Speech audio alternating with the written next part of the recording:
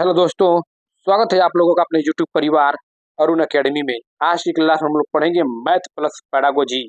जितने भी दोस्तों प्रीवियस ईयर एग्जामों में ट्रेंड किया हुआ प्रश्न है, सब के सब बहुत ही इंपॉर्टेंट प्रश्न है दोस्तों। जितने भी ये प्रश्न लेकर आए हैं, सब के सब ये प्रीवियस ईयर एग्जाम में पूछा हुआ ट्रेंड किया हुआ प्रश्न है। देखिए, बहुत ही शानदार जानदार तरीके से ये प्रश्न लेकर बहुत ही इंपॉर्टेंट प्रश्न है दोस्तों। जितने भी ये प्रश्न देख लेंगे, आप लोग के एग्जाम में बहुत ही हेल्पफुल मिलेगी सीटेट के एग्जाम में दोस्तों।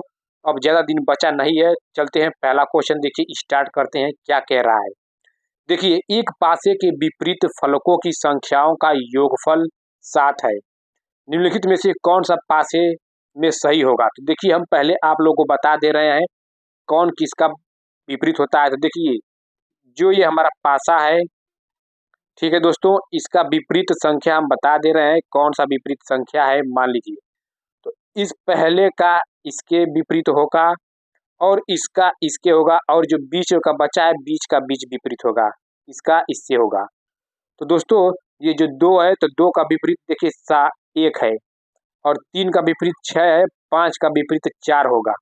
और यहाँ पे देखिए 3 का विपरीत 4 होगा, 1 का विपरीत 6 होगा, और 5 का 2 का 5 होगा ये। तो क्वेश्चन में पूछा क्या है, इसका भी विपरीत देख लेते हैं। 3 का विपरीत 4 होगा, 1 का विपरीत 2 होगा, और 5 का जो बगल से निकला है 6 होगा। 1 का विपरीत 2, 3 का विपरीत इसमें 5 होगा, ये ऐसे खींचा रहेगा, और 4 जो बाहर वाली है वो बाहर होगा। तो क्वेश्चन में देखिए, क्वेश्चन में क्या पूछा है, पूछा है कि एक पासे के विपरीत फलकों की संख्याओं का योगफल 7, यानी कि विपरीत संख्या का योगफल 7 हम लोग देखेंगे। जो 7 मिल जाएगा विपरीत, वही हमारा आंसर हो जाएगा। तो अब देखिए, 2 का विपरीत क्या है, 1 2 1 3, यही हमारा गलत हो गया, क्योंकि पहले ही ये गलत हो गया। 2 का विपरीत 1 है, तो 2 1 3 निकल कर आया। अब 3 का विपरीत 4 है, तो 4 3 7, ठीक है, मिल गया। अब इसका भी देख ले रहे हैं, विपरीत 5 है, 5 2 7, ये भी हो गया। और 1 और 6, यानी कि सब के सब इसमें विपरीत का योगफल 7 मिल रहा है, तो हमारा यही ऑप्शन राइट हो जाएगा, बी का बी हमारा हो जाएगा। और क्वेश्चन आप लोग देख लीजिए, देखिए पहला देखिए 3 4 3 7 मिल रहा है, और इसका 6 5 11 नहीं, यानी कि ये भी गलत। 1 2 1 3 ये भी मिल गया गलत, यानी कि ऐसा ही पहले गलत हो गया। तो ऑप्शन नंबर बी हम लोग का राइट आंसर हो जाएगा, क्योंकि 4 3 7 6 1 7 5 2 7 सब में क्या है, विपरीत फलकों का योगफल 7 मिल गया। चलते हैं नेक्स्ट क्वेश्चन दोस्तों, सब के सब प्रीवियस ईयर एग्जामों में दोस्तों ये सब ट्रेंड किया हुआ प्रश्न है। देखिए, गणित करने की युक्ति के रूप में सवाल हल करना में शामिल है।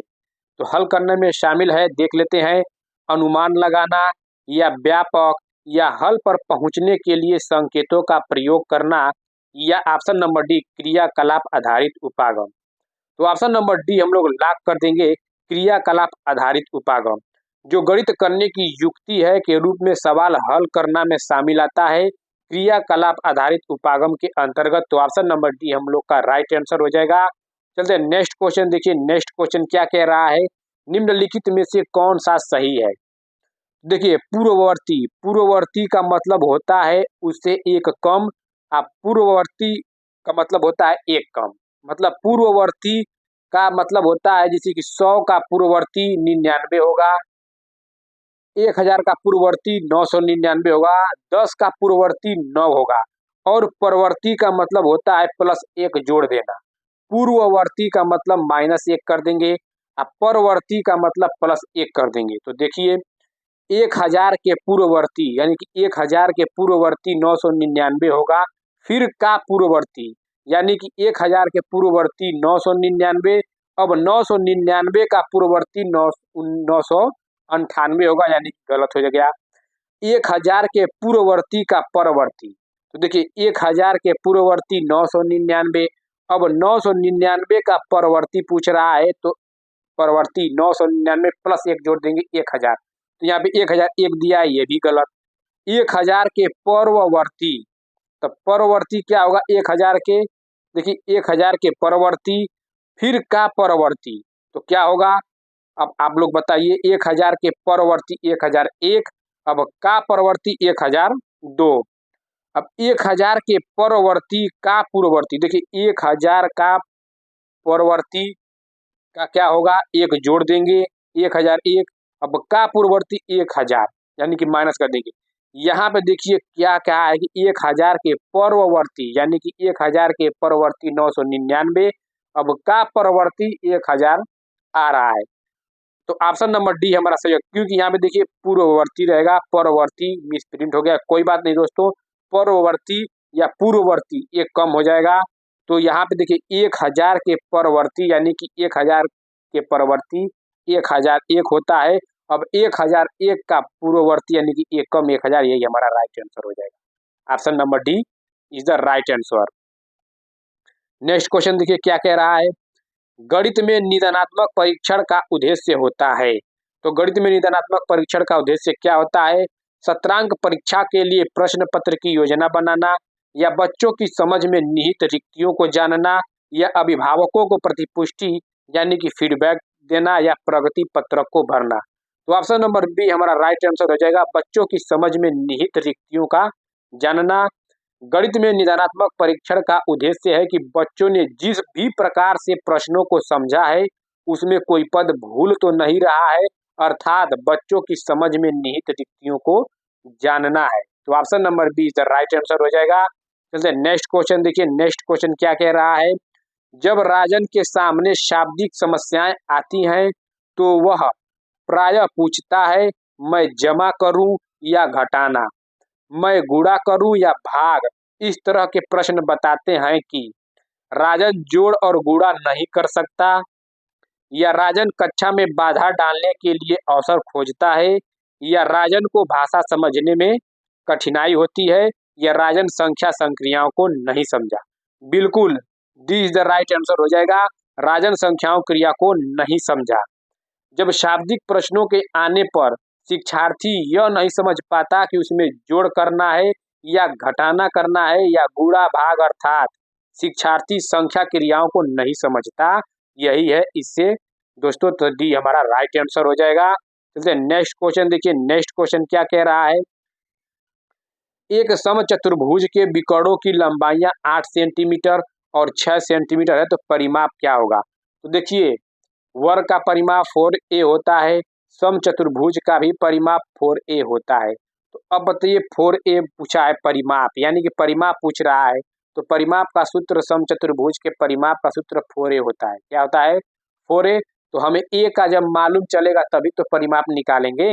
तो यहाँ पे होता है क्या, समचतुर्भुज की भुजा यानी कि a बराबर होता है 1/2 under root d1 square plus d2 square, ये याद रखिएगा।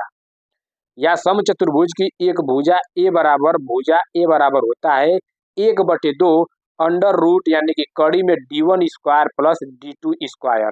तो 1/2 under root d1 square plus d2 square. अब बताइए ये विकर्णों की लंबाई d क्या है, इसको विकर्ण कहते हैं। तो पहला 8 सेंटीमीटर 6 सेंटीमीटर, अब इस पर रख दीजिए 1/2 अंडर रूट 8 का स्क्वायर करेंगे, d1 स्क्वायर है यहाँ पे, d1 स्क्वायर d2 स्क्वायर, तो 8 का स्क्वायर 64 हो जाएगा, और एक 6 बचा तो 6 का स्क्वायर 36। तो 64 प्लस 36 कितना होगा, 100 हो गया। तो 1/2 अंडर रूट 100, अंडर रूट कितना हो गया 100। तो जब अंडर रूट 100 बाहर निकल कर आ गया तो 10 होगा, तो 1/2 गुणे यानी कि 10। तो 2 से काटेंगे, 2 × 5 = 10 यानी कि 5। ए बराबर हमारा निकल कर आ गया 5। तो परिमाप पूछा है 4a, तो 4a इसका परिमाप होता है। तो 4 × 5 यानी कि 5 चौको 20 सेंटीमीटर इज हमारा right answer. Option number C हमारा राइट आंसर हो जाएगा 20 सेंटीमीटर। फिर से बता दे रहे हैं आप लोग को सूत्र, यहाँ पे भुजा परिमाप पूछा है यानी कि 4a का मान पूछा है दोस्तों। तो यहाँ पे होता है क्या, a बराबर होता है 1/2 under root d1 square plus d2 square. क्या होता है, under root d1 plus d2 square. तो पहला विकर्ण का मान 8 सेंटीमीटर, दूसरा 6 सेंटीमीटर, क्योंकि d है इसको विकर्ण बोलते हैं। तो 8 64 64 हो जाएगा 36, ये क्या है अंडर रूट में है, और 1/2। तो 64 36 को जोड़ेंगे 100 100 बाहर निकलेगा 10, 1/2 गुणे 10 यानी कि 2 × 5 = 10 यानी कि 5 सेंटीमीटर आ गया। तो 5 सेंटीमीटर अब 4a होता है, a का मान जब 5 सेंटीमीटर आ गया तो 4 × 5 यानी कि 5 चौको 20 सेंटीमीटर हमारा राइट आंसर हो जाएगा। चलिए नेक्स्ट क्वेश्चन दोस्तों देखिए, नेक्स्ट क्वेश्चन क्या कह रहा है। क्षेत्रफल की अवधारणा से परिचित कराने के लिए शिक्षक निम्न से शुरुआत कर सकता है। तो कर सकता है तो देख लेते हैं। क्या भिन्न आकारों की आकृतियों का क्षेत्रफल ज्ञात करने के लिए सूत्रों का स्पष्ट करना, या हथेली, पत्ते, पेंसिल, नोटबुक आदि विभिन्न वस्तुओं की सहायता से किसी आकृति के क्षेत्रफल की तुलना करना। ऑप्शन नंबर सी, आयत की लंबाई और चौड़ाई का पता लगाना और आयत के क्षेत्रफल के सूत्र यानी कि लंबाई गुणे चौड़ाई का प्रयोग करना। या ऑप्शन नंबर डी, इकाई वर्ग की गणना की सहायता से आकृतियों का क्षेत्रफल ज्ञात करना। तो दोस्तों, क्षेत्रफल की अवधारणा ज्ञात करने के परिचय सबसे बेस्ट ऑप्शन है कि शिक्षक को जो वस्तु दैनिक जीवन में सामान्यतः देखी जाती है वहां से शुरुआत करनी पड़ेगी। तो दैनिक जीवन में क्या है, हथेली, पत्ते, पेंसिल, नोटबुक, ये सब क्या है, दैनिक जीवन, वास्तविक जीवन से कोरिलेट करके हम लोग देखेंगे। तो जैसे विभिन्न वस्तुएं क्या करेंगी, वास्तविक दैनिक में काम करेंगी। तो ऑप्शन नंबर बी हमारा राइट आंसर हो जाएगा। नेक्स्ट क्वेश्चन देखिए क्या कह रहा है। एनसीएफ 2005 मानता है कि गणित में सोचने एवं तर्क का एक निश्चित तरीका निहित है। नीचे दिए गए कथनों में से वह कथन चुनिए जो उपयुक्त सिद्धांत का पालन नहीं करता है। तो देख लेते हैं। ए क्या कह रहा है, आंकिक प्रश्नों को हल करने के लिए विद्यार्थियों को निर्धारित सूत्र बताना, पाठ्य पुस्तक में प्रस्तुति सामग्री को लिखने का तरीका बताना, या कक्षा के लिए चुने गए क्रियाकलाप एवं अभ्यास, या उसे पढ़ाने की विधि। तो किसी भी प्रश्न को हल करने के लिए सूत्र याद कर लेना सोचने एवं तर्क का एक निश्चित तरीका नहीं है दोस्तों। यहाँ पे ऑप्शन नंबर ए क्या आएगा, लाख हो जाएगा। क्योंकि पूछा है कि वह कथन चुनिए जो ऊपरी सिद्धांत का पालन नहीं करता है, तो आप सिर्फ और सिर्फ सूत्र बताकर निर्धारित नहीं कर सकते। तो ऑप्शन नंबर डी, क्योंकि निगेटिव का निगेटिव पूछा है दोस्तों, तो ऑप्शन नंबर ए हमारा राइट आंसर हो जाएगा। नेक्स्ट क्वेश्चन देखिए क्या कह रहा है। एक शिक्षक को ये पैटर्न दिया है पर आधारित 1/8 निरूपित करने के लिए कहता है निम्नलिखित में से कौन सा निरूपण गलत है। तो देखिए 1/8, यहाँ पे देखिए कितनी संख्या है, 4 ये 8 हो गया और एक रंगा गया है, यानी कि 1/8 सही है। 1 2 3 4 5 6 7 8, इसमें भी 8 है और एक रंगा गया है, तो 1/8 ये भी सही है। 1 2 3 4 5 6 7 8, ये भी 8 है और एक रंगा गया है, तो ये भी 1/8 सही है। 1 2 3 4 5 6 7, यहाँ पे 7 है तो यहाँ पे 1/7 होना चाहिए, मतलब यही गलत पूछा है। कौन सा गलत है, तो ऑप्शन नंबर सी हमारा गलत होगा, क्योंकि खाने इसमें कितने हैं, 1 2 3 4 5 6 7, 1/7 आ रहा है, तो यानी कि 1/8 के रूप में हमें देखना है। तो सब में 1/8 1/8 निकल कर आ गया, तो इसमें 1/7 निकल कर आ गया, तो यही गलत हो गया, यानी कि ऑप्शन सी हमारा लॉक हो जाएगा। चलिए नेक्स्ट क्वेश्चन दोस्तों, देखिए नेक्स्ट क्वेश्चन क्या कह रहा है। देखिए 407928 को पढ़ा जाएगा, तो आप याद करिए इकाई, दहाई, सैकड़ा, हजार, 10,000, लाख, यानी कि 4,07,928 पढ़ा जाएगा। तो ऑप्शन नंबर पहला हमारा राइट आंसर हो जाएगा। इकाई, दहाई, सैकड़ा, हजार, इसी तरह कर आप देख लीजिएगा, इकाई, दहाई, सैकड़ा, हजार, फिर से 10,000 ऐसे निकल कर आएगा। याद कर लीजिएगा, आप हाथ पे काउंटिंग कर लीजिए कि इकाई है, दहाई है, सैकड़ा, हजार, फिर 10,000, लाख ऐसे आएगा, लाख, फिर से करोड़, 10 करोड़ ऐसे आएगा। तो इसको 4,07,928 पढ़ा जाएगा, तो ऑप्शन पहला हमारा सत्य हो जाएगा। नेक्स्ट क्वेश्चन देखिए क्या कह रहा है, नीचे है यहाँ पे, कोई बात नहीं। देखिए माप की अवधारणा विकसित करने हेतु अपनाए गए निम्नलिखित कार्यों को क्रम से लगाइए। पहले देख रहे हैं, शिक्षार्थी लंबाई मापने के लिए मानक इकाइयों का प्रयोग करते हैं। शिक्षार्थी लंबाई मापने के लिए अमानक इकाइयों का प्रयोग करते हैं। या पहले कौन सा आएगा, शिक्षार्थी सरल अवलोकन द्वारा वस्तुओं को सत्यापित करते हैं। या शिक्षार्थी मीट्री यानी कि मैट्रिक इकाइयों के बीच संबंधों को समझते हैं। तो दोस्तों पहले कौन सा आएगा, शिक्षार्थी सरल अवलोकन द्वारा वस्तुओं को सत्यापित करते हैं, तो पहले सी आएगा। पहले सी आएगा, तो सी देख लेते हैं। सी देखिए डी में सिर्फ पहले ही है, तो पहले ही हमारा लॉक हो जाएगा। पहले सी आएगा, कौन सी? शिक्षार्थी सरल अवलोकन द्वारा वस्तुओं को सत्यापित करते हैं। देन उसके बाद बी देख लीजिए, शिक्षार्थी लंबाई मापने के लिए अमानक इकाइयों का प्रयोग करते हैं। देन उसके बाद ए आएगा, शिक्षार्थी लंबाई मापने के लिए मानक इकाइयों का प्रयोग करते हैं। देन लास्ट में डी, शिक्षार्थी मैट्रिक इकाइयों के संबंधों को पता। तो इसका राइट आंसर डी होगा, याद रख लीजिएगा। चलिए नेक्स्ट क्वेश्चन देखिए, नेक्स्ट क्वेश्चन क्या कह रहा है, देखिए ये बहुत इंपॉर्टेंट है प्रश्न। यदि एक ऑपरेटर ये है, सर्कल में प्लस दिया है, को निम्नलिखित रूप में परिभाषित किया जाए। देखिए आप लोग इस पैटर्न को समझिए, ऐसा ही क्वेश्चन बनता है। 4 + 3, सर्कल में 3 है, तो देखिए ये इसका मतलब 3 है, ठीक। तो 3 बार लिखा है, यानी कि 4 से स्टार्ट कर रहा है। 4 + 5 + 6, यानी कि 3 बार लिख रहा है। ये 5 है, देखिए 5 और 4 यानी कि 4 बार। तो 5 से स्टार्ट कर रहा है, 5 लिख दिया, +6 +7 +8, यानी कि कितने बार जो ये संख्या है उतने बार काउंटिंग कर रहा है। देखिए 4 से स्टार्ट कर रहा है और जितनी संख्या है 3 है उतना तक ले जा रहा है, यानी कि 4 से 4 + 5 + 6 3 बार। 5 से स्टार्ट कर रहा है, जितनी संख्या 4 है, 5 से स्टार्ट कर रहा है, जितनी संख्या 4 है उतनी बार काउंटिंग। 5 + 6 + 7 + 8, 6 है, 6 से स्टार्ट कर रहा है, कितनी संख्या है 4 बार, 7 8 9 4 बार लेकर जा रहा है। तो अब n प्लस ये देखिए n है, अब ये 8 है, तो यानी कि n से स्टार्ट करेगा और 8 बार लेकर जाएगा।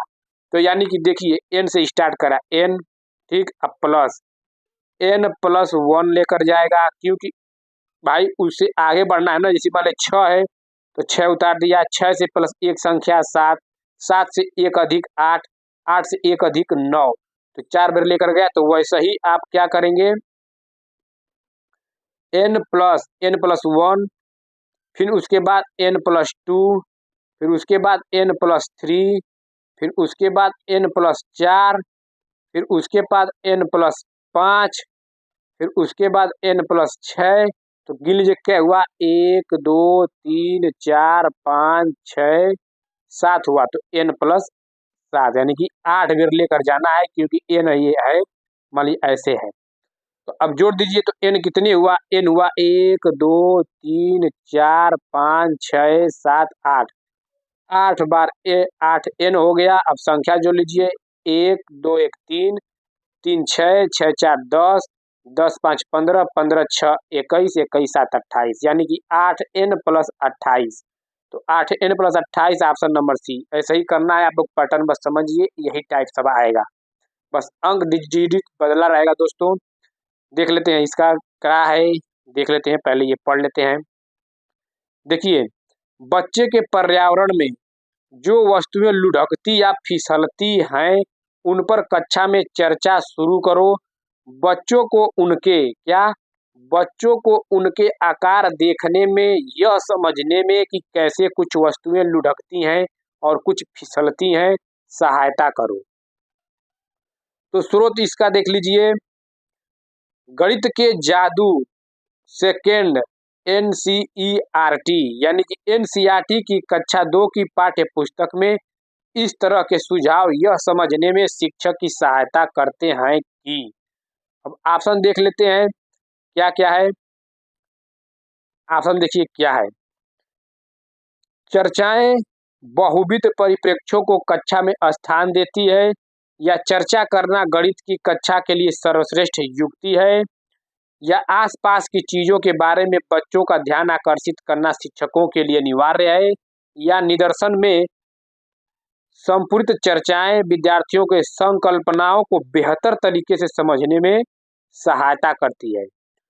बिल्कुल सत्य दोस्तों, ये कक्षा 2 की जो पाठ्य पुस्तक में इस तरह के सुझाव या समझाने में शिक्षक की सहायता जो करते हैं, यह निदर्शन से संपूरित चर्चाएं और विद्यार्थियों को संकल्पनाओं को बेहतर तरीके से समझने में सहायता करती है। तो option number D the right answer हो जाएगा।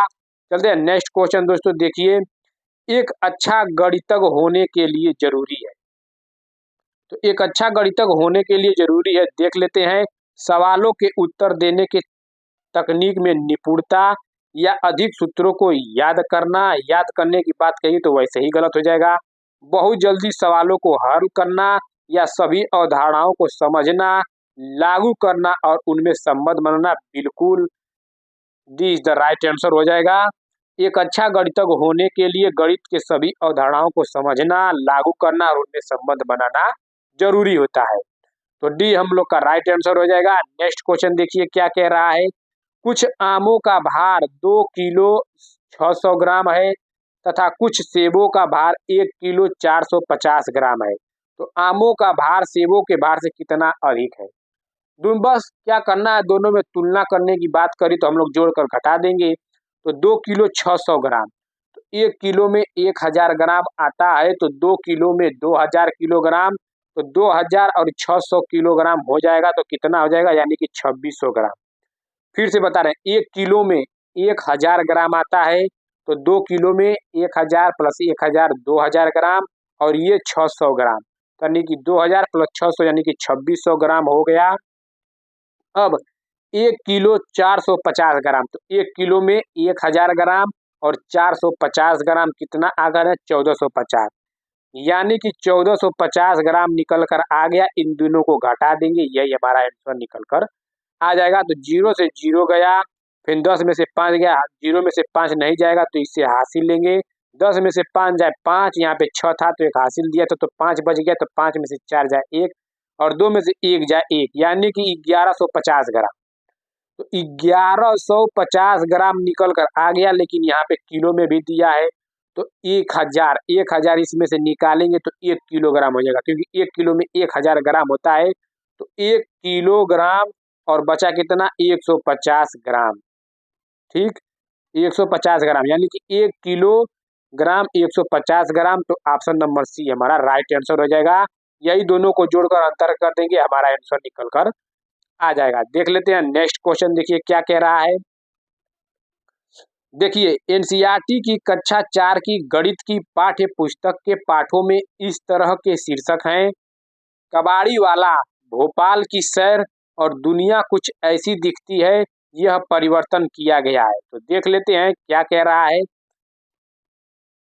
कबाड़ बेचने और यात्रा करने के बारे में जानने के लिए या पाठों में गणितीय विषय वस्तु का अनुमान लगाने हेतु विद्यार्थियों को चुनौती देने के लिए, उन्हें अलग सा समझाने के लिए या दैनिक जीवन में जोड़ते हुए उन्हें रोचक बनाने के लिए।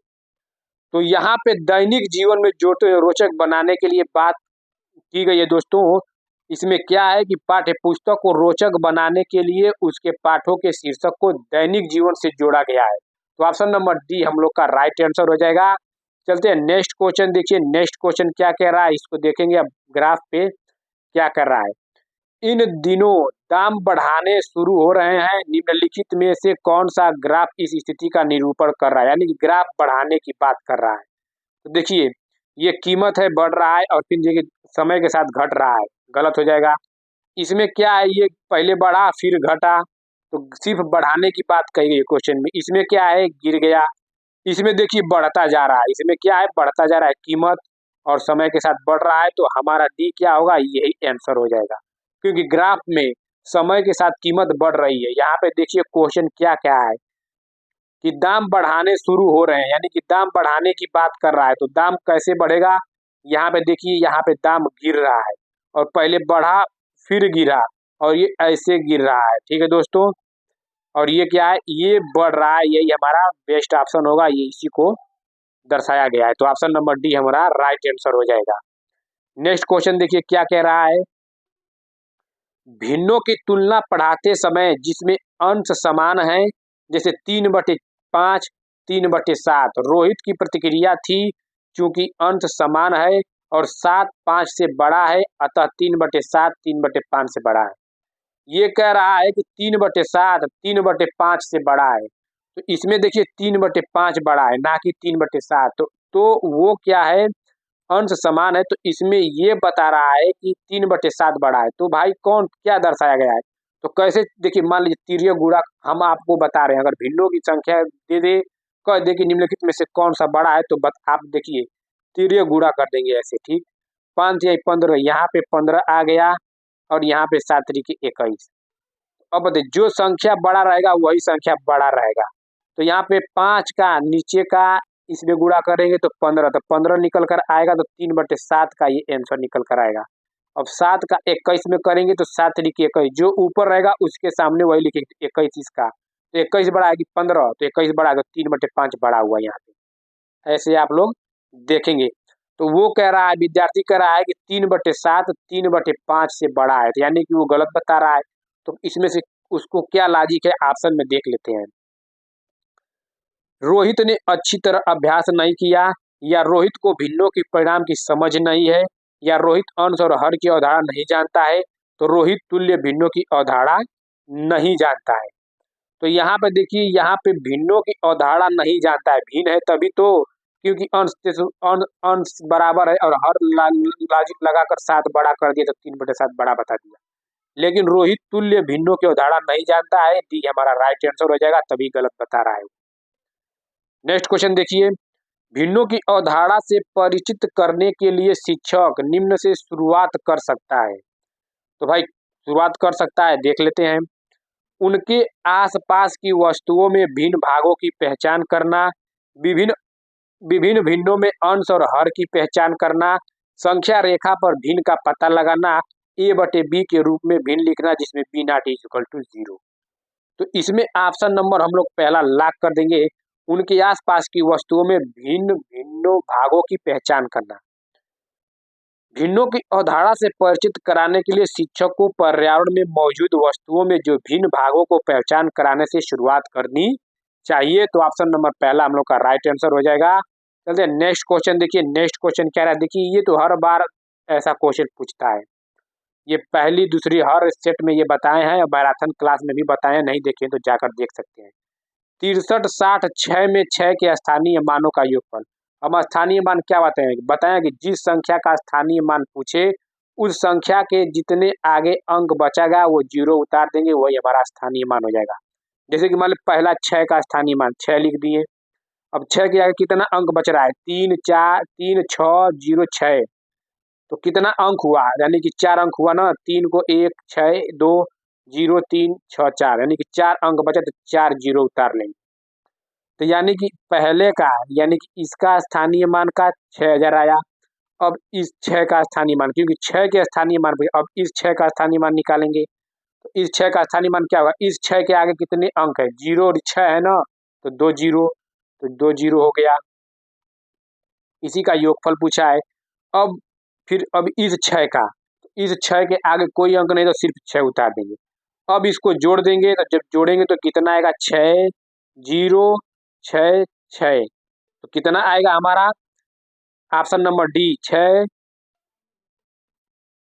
यहाँ पे हो जाएगा दोस्तों। देखिए 6 आ गया, फिर 0 आ गया, फिर 6 आ गया, अब उसके बाद से क्या आएगा, फिर 6 आएगा, यानी कि 66 0 6, तो ऑप्शन नंबर पहला ए लाख हो जाएगा। देखिए 6 के स्थानीय मानों का योगफल पूछ रहा है, फिर से बता रहे हैं, इसका 6 का स्थानीय मान निकालेंगे, 1 2 3 4 0, 4 अंक बचा 4, अब इस 6 का स्थानीय मान 6 रख देंगे, 1 2 0 हो गया, अब इस 6 का स्थानीय मान 6, अब इसको जोड़ देंगे, यानी कि 6 0 6, क्योंकि इसी का योगफल पूछा है, तो 6606, यानी कि ऑप्शन नंबर ए हमारा राइट आंसर हो जाएगा। चलिए नेक्स्ट क्वेश्चन देखिए, नेक्स्ट क्वेश्चन क्या कह रहा है दोस्तों, देखिए एक आयत की लंबाई, क्या एक आयत की लंबाई l और उसकी चौड़ाई लंबाई की आधी है, इस आयत का परिमाप क्या होगा यदि उसकी लंबाई दोगुनी कर दी जाए एवं उसकी चौड़ाई को समान रखा जाए। तो देखिए आयत की लंबाई l, इसकी चौड़ाई यानी कि इसकी चौड़ाई लंबाई की आधी है, मान लीजिए आयत की लंबाई l हुआ, ठीक दोस्तों, आयत की लंबाई l हुआ और चौड़ाई, यानी कि चौड़ाई क्या पूछ रहा है, ये तो लंबाई निकल कर आ गया, लंबाई l दिया है, और चौड़ाई, चौड़ाई क्या पूछ रहा है, दिया है कि चौड़ाई लंबाई की आधी है, यानी कि लंबाई की आधी है, ठीक दोस्तों, लंबाई की आधी हो गया, लंबाई l चौड़ाई लंबाई की आधी, यानी कि l/2 निकल कर आ गया। तो आयत की नई लंबाई क्या होगी, तो आयत की नई लंबाई क्या होगी दोस्तों, यानी कि चौड़ाई तो l/2 हो गया, तो आयत की नई लंबाई 2l होगी, ठीक दोस्तों, 12 हो जाएगी, क्योंकि आधी है तो लंबाई भाई दोगुनी होकर हो जाएगी, ठीक है, इसको छोड़ दें। अब पूछा क्या है परिमाप, तो परिमाप का सूत्र 2 इंटू l प्लस बी होता है, यानी कि लंबाई प्लस चौड़ाई होता है, तो लंबाई 2l आया निकल कर, और चौड़ाई क्या निकल कर आया था, l/2, इसको कोष्टक में और 2 यहाँ पे रहेगा, तो 2 दूनी के 4 यहाँ पे गुणा हो जाएगा, ऐसे 2 दूनी के 4 और 4 एक 5, यानी कि 2 कोष्टक में 5L बटे 2, तो 2 से 2 कट जाएगा, निकल कर 5L आया, तो हमारा यही आंसर हो जाएगा। चलते नेक्स्ट क्वेश्चन दोस्तों, देखिए नेक्स्ट क्वेश्चन क्या कह रहा है, देखिए जहां कितना कितनी जितना जितनी पूछे उस संख्या से भाग दे देंगे, वही हमारा आंसर निकल कर आ जाएगा। तो 1/2 में कितने 1/8 है, कितने पूछा तो 1/2, बस इसको 1/8 भाग कर दीजिए, ये ऊपर चला जाएगा, ये नीचे आ जाएगा, तो यानी कि 1 गुणे 8 और नीचे ये 2 गुणे 1, तो 2 चौक 8 बटा ये बता कितना 4, यही हमारा 4 आंसर निकल कर आ जाएगा। पूछ देगा कि 6 में कितने 2 हैं, 6 में कितने 2 हैं, तो 4/2 भाग दे देंगे तो 2, ऐसे। ठीक दोस्तों, चलते हैं नेक्स्ट क्वेश्चन देखिए। देखिए हिंदू अरबी संख्यान पद्धति में 4 अंक वाली कितनी संख्याएं हैं, तो 4 अंक वाली कितनी संख्याएं देख लेते हैं। तो हिंदी और अरबी 4 अंक वाली संख्या, 4 अंकों की संख्या 4 करेंगे तो उस संख्या का 9 हो जाएगा, जितनी संख्या का 0 बढ़ा देंगे 4 अंक तक, मतलब 3 0, यानी कि हिंदू अरबी की संख्याएं में पद्धति में 4 अंक वाली संख्या 9000 है। चलिए नेक्स्ट क्वेश्चन दोस्तों, देखिए नेक्स्ट क्वेश्चन क्या कह रहा है, इसको देख लेते हैं। यहाँ पे आंसर हमको इस ऑप्शन से देना है। तो देखिए 1 इकाई का 3/4 है, मान लीजिए इकाई बराबर x है, इसका मान x है मान लीजिए, ठीक। तो x का 3/4 है, ठीक। तो 3/4 है, तो यानी कि ये संख्या 1 2 कितना हुआ, ये 1 2, तो बराबर कितना कर देंगे, इसी के 2 कर देंगे। तो x का 3 में जितना ये रहेगा दोस्तों, यानी 3 4 5 ऐसे क्वेश्चन पूछेगा, तो आप इतना रखिए कि इकाई की जगह x रख दीजिएगा, तो x का 3/4 बराबर ये जितनी संख्या रहेगी 1 2, तो 2 रख दीजिएगा, ठीक। इसी को हल कर देंगे, यही हमारा उत्तर आ जाएगा। तो देखिए पहले, तो x का 3/4, तो x का क्या करता है, का के की करता है ना, बस। तो x ये चला जाएगा, x का 3/4, तो ये चला जाएगा इधर, तो 3x बराबर 8 हो जाएगा। तो x बराबर 8/3 पक्षांतर कर देंगे। देखिए बता दे रहा है, x गुणे 3/4 बराबर 2, तो यहाँ पे होगा 3x/4 बराबर 2, ये संख्या इधर जाएगी तो गुणा हो जाएगी, तो 3x बराबर 8, और जब 8 हो जाएगी पक्षांतर करेंगे तो ये 3 नीचे आ जाएगा, तो x बराबर 8/3 याद रखिए, ठीक। x का मान 8/3 निकल कर आ गया, इतना याद रखिएगा। फिर से बता दे रहे हैं, जब ऐसा क्वेश्चन रहे तो यहाँ पे x रख दीजिएगा इकाई के दाएं पे, का के की तो गुणा होता है, और जब x रखेंगे का के की हो जाएगा 3/4, अब बराबर जितनी ये संख्या 4 रहे 5 रहे 6 रहे, तो मान लीजिए 6 रहेगा तो 6 रख दीजिएगा, ऐसे x का मान निकल कर आएगा, तो x का मान हमारा 8/3 निकल कर आया है। तो अब इस पे हम लोग हल कर देंगे। तो हल कैसे करेंगे देख लीजिए, कैसे हल करते हैं। तो 1 सही 1/2, यानी कि x का 1 सही 1/2 ऐसे करेंगे, ठीक। x का 1 सही 1/2, तो यानी कि इसको हल करेंगे पहले, इसको तो 2 एकम 2 1 3/2, यानी कि 3/2 निकल कर आया, 3 जब 2 निकल कर आ गया, तो यानी कि x का 3/2, इसको हल करेंगे 2 एकम 2 1 3/2 निकल कर आएगा, तो x का 3/2, तो का किसको करता है, गुणा का करता है ना, तो यहाँ पे हो जाएगा x गुणे 3/2। अब x का मान रख दीजिए, x का मान क्या आया था 8/3, तो 8/3 गुणे 3/2, तो 3 से 3 कट गया, 2 से 2 चौको 8, यानी कि कितना आया 4। तो अब देख लेते हैं ऑप्शन में 4 कहाँ है। तो देखिए ऐसा लेंगे नहीं, क्योंकि हमें तो खोजना है कैसा, ऐसा खोजना है, ठीक।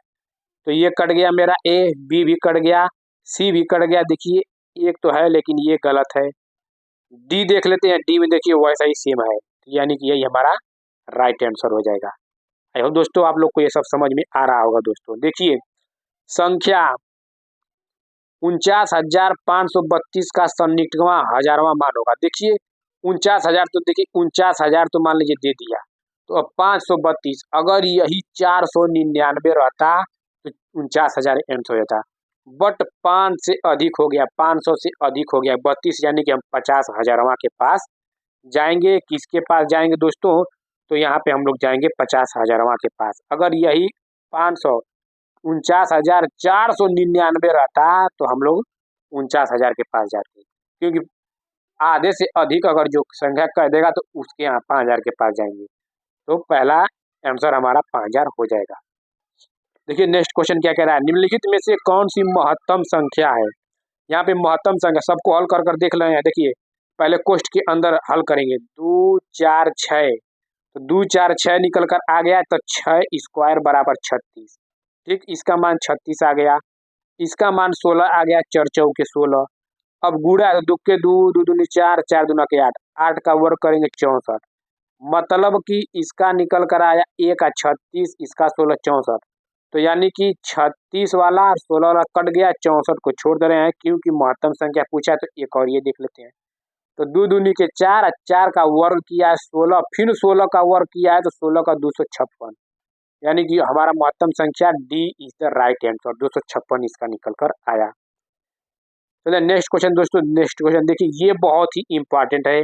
ये देखिए गुणा कर कर ऐसा मत करिएगा, नहीं तो 111 गुणा करते ही रह जाएंगे, जोड़ते ही रह जाएंगे। हम बता रहे हैं 1 गुणे 1 दिया है, ठीक, तो यहाँ पे 1 रख दीजिए।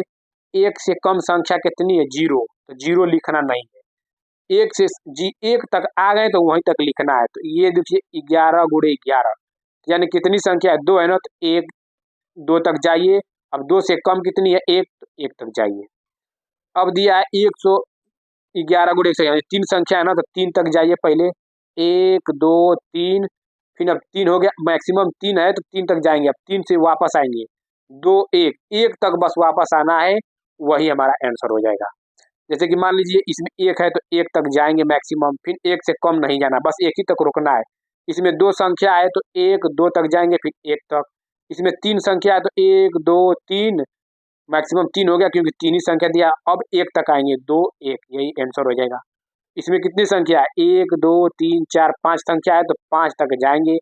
1 2 3 4 5, अब 5 आएगा तब 1 तक जाएंगे, तो 5 के बाद 4 3 2 1, देखिए कहाँ है, यही हमारा आंसर हो जाएगा। 1 2 3 4 5, 1 2 3 4 5, 4 3 2 1, यही हमारा राइट आंसर हो जाएगा डी। ऐसे ही पैटर्न को फॉलो करिएगा दोस्तों, ऐसे ही क्वेश्चन पूछेगा। देखिए भिन्नों का योग पढ़ाते समय शिक्षक को नीचे दी हुई एक त्रुटि ज्ञात हुई। त्रुटि ज्ञात हुई, देख लेते हैं। 1/2 प्लस 1/3 बराबर 2/5। देखिए अब तिर्य गुणा करिए, 3 एकम 3, पहले इसको हल कर लीजिए। प्लस 2 एकम 2 और 3 दूना के 6, यानी कि इसका मान 5 बटे कितना आया? 5/6 आ रहा है, ठीक। लेकिन ये 2/5, ऊपर का ऊपर जोड़ दिया, नीचे का नीचे, ठीक। इसका 3 दू 5, 3 दूना 6, 5/6, इसका हल करने पे 5/6 आएगा, लेकिन ये 2/5 लाया है। तो वही देख लेते हैं क्या गलतियां की है। तो इस स्थिति में शिक्षक को उपचारात्मक कार्य के रूप में क्या करना चाहिए? तो क्या करना चाहिए?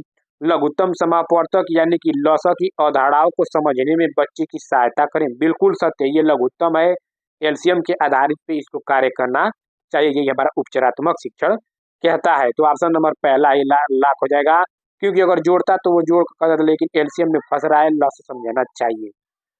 देख लेते हैं इसका। विकास 56 विद्यार्थियों की कक्षा को गणित पढ़ाता है। उसका यह विश्वास है कि यदि परीक्षा के तुरंत बाद प्रतिपुष्टि यानी कि फीडबैक दी जाए तो वह प्रभावी होती है। वह 10 बच्चों की एक छोटी कक्षा परीक्षा का आयोजन करता है। प्रभावी तरीके से प्रतिपुष्टि यानी कि फीडबैक देने का सबसे अच्छा तरीका कौन सा है? तो सबसे अच्छा तरीका कौन सा है देख लेते हैं। वह यादृच्छिक रूप से किसी भी एक कॉपी का चयन करे और बोर्ड की सहायता से उस कॉपी में उत्तर प्राप्त करने की विधि पर चर्चा करे। वह विद्यार्थी को एक दूसरे के उत्तर जांच करने को दे। वह प्रत्येक सवाल के हल को बोर्ड पर समझाएं और विद्यार्थियों से कहें कि स्वयं अपने उत्तरों को जांच करें। या वह पूरी कक्षा के चर्चा का आयोजन कर सकता है कि वे किन तरीकों से अपने उत्तरों पर पहुंचे और सही उत्तर को पहुंचने पर प्रभावी युक्ति कौन सी है?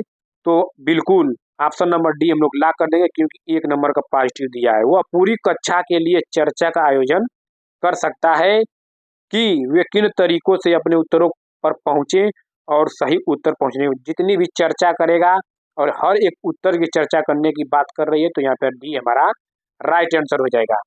पेडागोजी दोस्तों यही है, अगर आप संपूर्ण पेडागोजी जाकर देख लेंगे सब के सब आप निचोड़ कर लेंगे। एक शिक्षक आकार पढ़ाने के लिए ऐतिहासिक स्थानों की भ्रमण की योजना बना सकता है, क्योंकि तो क्योंकि देख लेते हैं। आकार किसी भी वास्तुकला का एक अभिन्न हिस्सा होते हैं और इस तरह के भ्रमण सभी विषयों के आपसी संबंध को बढ़ावा देते हैं। बिल्कुल सत्य, हमारा पहला ही राइट आंसर हो जाएगा। आकार किसी भी वास्तुकला का एक अभिन्न हिस्सा होते हैं और इस तरह के भ्रमण सभी विषयों के आपसी संबंधों को क्या करता है, तो बढ़ावा देता है। तो ऑप्शन नंबर डी ये हमारा राइट आंसर हो जाएगा। आई होप दोस्तों आप लोग को वीडियो अच्छा लगा हो। अगर अच्छा लगा तो चैनल को लाइक, सब्सक्राइब, शेयर, कमेंट कर दीजिए, जिससे हमें मोटिवेट मिलता रहे। और हाँ दोस्तों, आप लोगों का बहुत बहुत धन्यवाद।